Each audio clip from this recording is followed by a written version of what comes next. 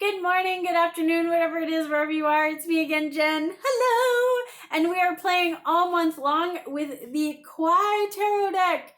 This is super cute. It does come with a little guidebook, not super substantial, but it's got some really neat insights to the tarot. The box itself is also really nice. It's a substantial box, that's for sure. It's got all these little critters on it, which is giving you a little quick teaser to what's inside. And that is these really super cute cards. So I'm showing you both the Rider-Waite traditional tarot and the Kawaii tarot. In this case, it is the High Priestess, and that is the most chill High Priestess I have ever seen.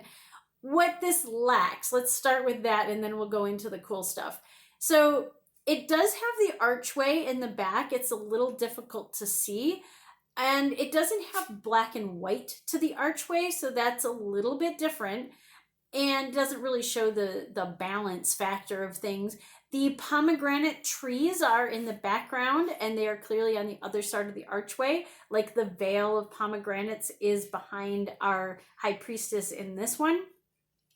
She is holding what looks like a piece of parchment, and that is like the wildest, most epic High Priestess. We have a unicorn mermaid. At least I'm going to say that she's a mermaid. Either that or it's a really fun blanket on her legs. I don't know. But so mermaid, unicorn, whatever that might be kind of creature who is writing on this piece of parchment or piece of notebook paper. And this one obviously has the scroll also. She's riding in a moon, and the moon boat is obviously indicative of like the boat on the river Styx, because we have our little boatman who is pushing her along.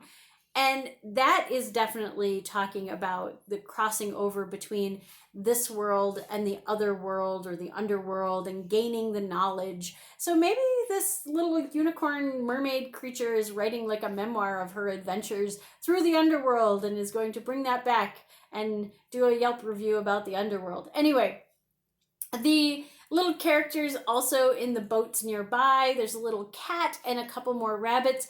The little rabbits are beating little drums, which I'm going to guess probably has to do with a more Japanese style background on like death and crossing over is the beating of the drums, but I am not that sure. This is why I need Taylor to come and help me out with this, or leave me a ton of comments about how I'm screwing this deck up and I'm missing all the cool symbolism. So yes, hopefully Taylor, who lent me this deck, will leave me a bunch of comments and tell me all the little nuanced things that I'm going to miss from this.